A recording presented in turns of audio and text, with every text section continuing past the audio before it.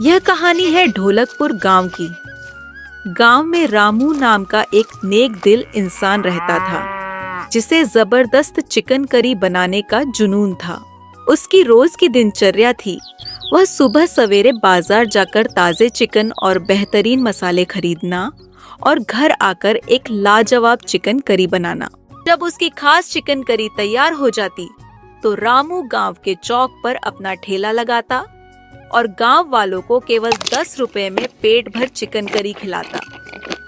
यह एक रहस्य है या फिर कुछ और है?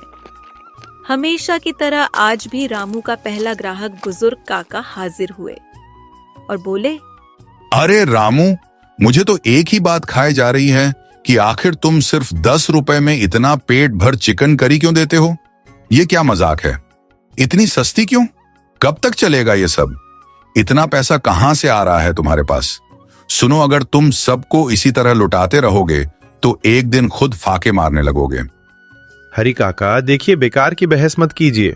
चिकन करी खानी है तो बताइए, मैं तुरंत परोस देता हूँ। अगर नहीं खाना है तो मेहरबानी करके घर जाइए और कल आना। और मेरे पास पैसे की कमी नहीं है, और जब तक मुझ में दम है ये चिकन करी सिर्फ 10 रुपए में ही मिलेगी और मैं हमेशा खिलाता ही रहूंगा। रामू का यह सीधा टूट पटांग व्यवहार कुछ लोगों को अखरता था, पर वो हमेशा सच्चा था। वो जो भी कहता था साफ नीयत से कहता था।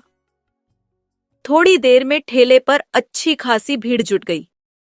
सब करी का मजा ले रहे थे, सिवाय राकेश के, जिसके मन में लालच हिलोरे मार रहा था। रामू से बड़ा बेवकूफ कोई नहीं।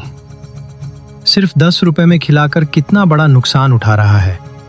अगर मैं किसी तरह इससे चिकन करी बनाने का तरीका सीख लूं और फिर इसे 50 रुपए में बेचना शुरू करूं, वाह, मैं तो इस गांव का सबसे अमीर आदमी बन जाऊंगा। बस एक बार ये नुस्खा मेरे हाथ लग जाए, फिर तो मेरी किस्मत चमक जाएगी। मुझे अब इससे बात करनी ही होगी। राकेश फौरन रामू के पास गया और मीठी बातें करते हुए बोला, रामू भाई, आपको बुरा ना लगे तो एक बात कहूं, मैं आपकी यह चिकन करी खरीदना चाहता हूं। चाहे आप 50 रुपए भी क्यों ना लें, आपके हाथ का स्वाद कोई नहीं दे सकता। क्या मसाले हैं, क्या स्वाद है, क्या खुशबू है भाई, ये नुस्खा क्या है? देखिए, मैं उन बाकी लोगों जैसा लालची नहीं हूं। मुझे 10 रुपए वाली प्लेट नहीं चाहिए, इसलिए मेरा वक्त बर्बाद मत कीजिए। अगर आप मुझे अपना खास नुस्खा बता देते तो क्या मैं एक बड़ी प्लेट ले लूं? रामू ने राकेश को भी वही 10 रुपए वाली प्लेट पेट भरकर खिलाया। गांव वाले खाते रहे, लेकिन उनके मन में एक ही सवाल घूम रहा था कि रामू सिर्फ 10 रुपए में भरपेट भोजन क्यों खिलाता है।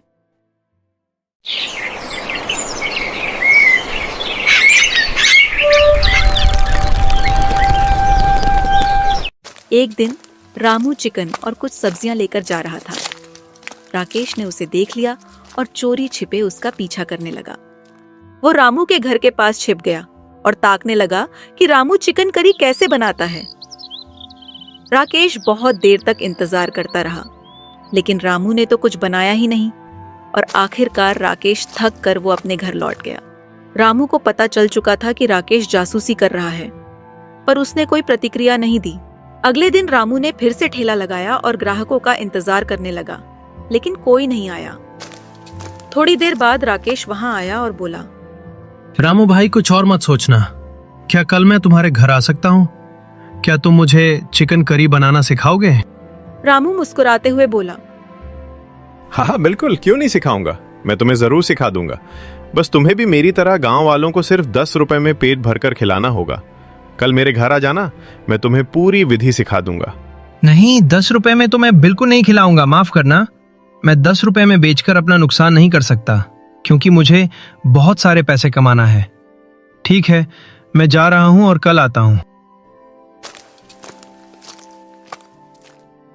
उसके जाने के बाद गांव वाले आए और हमेशा की तरह चिकन करी का आनंद लेने लगे। तभी एक अनजान आदमी दूसरे गांव से आया और बोला, क्या सच में यह चिकन करी सिर्फ 10 रुपए में पेट भरकर मिलती है? मैंने सुना था कि यहाँ कोई आदमी सिर्फ 10 रुपए में भरपेट खाना खिलाता है। क्या यह बात सही है? हाँ, आप सही जगह आए हैं। मैं ही हूं जो 10 रुपए में खिलाता हूं। अगर आप खाना चाहते हैं तो मैं आपको एक प्लेट दे दूंगा। नहीं नहीं, माफ कीजिएगा, मैं इतना लालची नहीं हूं। ये गांव वाले तो निरे मूर्ख दिख रहे हैं। इन्हें कुछ भी सस्ते में दे दो, ये खा लेंगे। जरा सोचिए, आप 10 रुपए में क्यों दे रहे हैं? अगर चिकन ताजा नहीं हुआ और इसे खाकर कोई बीमार पड़ गया तो कौन जिम्मेदार होगा? क्या आपने कभी अपने बीवी बच्चों के बारे में सोचा है? नहीं, आप गलत सोच रहे हैं। मैं रोज बाजार से सबसे ताजा चिकन लाता हूं, उन्हें अच्छी तरह साफ करता हूं और फिर पकाता हूं। मैं आपको सड़ चुकी हुई चिकन करी नहीं दे सकता। मैं आपको समझ गया हूं। आप गांव वालों को भड़काकर उन्हें नुकसान पहुंचाना चाहते हैं। अगर गांव वाले मेरी बात नहीं मानेंगे तो उन्हें बाद में पछताना पड़ेगा। मेरी बात सुनकर कल मेरी दुकान पर मत आइएगा। वह आदमी रामू की बात सुन के वहां से अपने गांव चला गया। गांव वाले चिकन करी खाकर अपने घर चले गए। रामू भी घर आकर आराम करने लगा और सोचने लगा, ये कैसी दुनिया है। अगर किसी का भला करो तो वो बुराई करता है। मैं इतनी ताजा चिकन करी सिर्फ 10 रुपए में खिलाता हूं, फिर भी लोग मुझ पर शक कर रहे हैं। मैं इन्हें अपना राज कैसे बताऊं?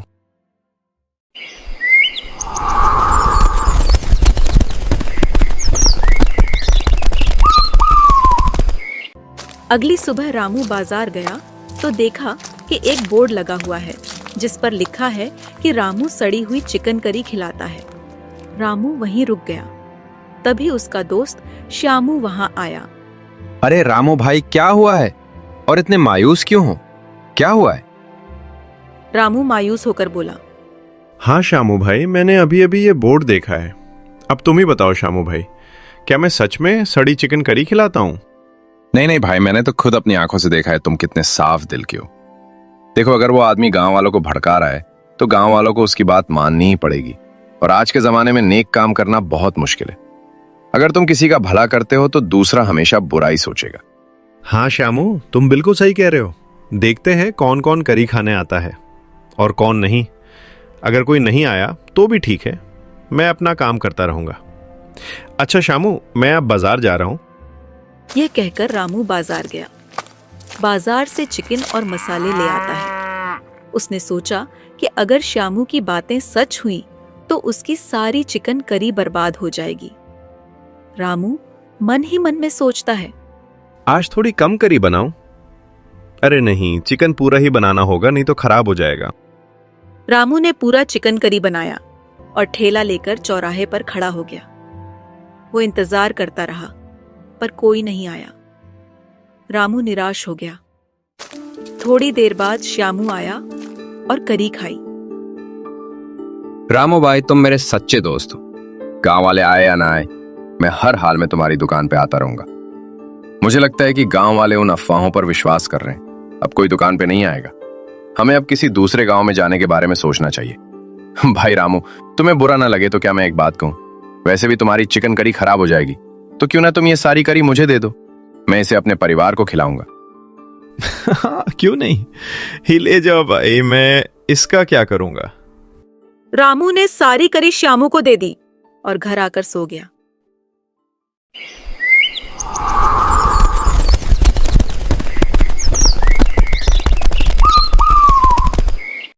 अगली सुबह रामू बाजार गया। हरी काका वहां आए और बोले, बेटा, आज चिकन करी मत बेचो, क्योंकि गांव के मुखिया को सारी बात पता चल गई है और वो शाम तक एक बैठक बुलाएंगे। तुम्हें उस बैठक में जरूर आना होगा। मेरी बात मानो, घर चले जाओ।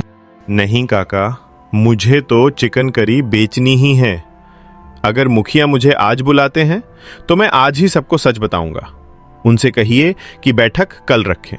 अगर वे मेरी बात मानते हैं तो ठीक है, क्योंकि मैं अपनी करी का रहस्य कल ही बताऊंगा। अगर वे नहीं मानते हैं तो मैं ये गांव छोड़कर किसी और गांव चला जाऊंगा। रामू ने काका की बात एक नहीं सुनी और चिकन करी बेचने लगा। तभी 2 आदमी रामू के पास आए और बोले, रामू, पंचायत में एक जरूरी बैठक है, तुम्हें बुलाया गया है। रामू तुरंत अपना ठेला सामान समेटकर बैठक में गया। रामू, क्या चल रहा है? तुम क्या कह रहे हो कि तुम सिर्फ 10 रुपए में पेट भरकर खिलाते हो? गांव वालों को लग रहा है कि तुम सड़ी हुई करी खिलाकर उनकी जमीनें हड़प लोगे। नहीं नहीं मुखिया जी, मैं लालची नहीं हूं। मैं लगभग 2 साल से 10 रुपए में खिला रहा हूं। अगर कोई एक भी आदमी ये कह दे कि वो मेरी करी खाकर बीमार पड़ गया है तो मैं आज ही अपना घर उसके नाम कर दूंगा।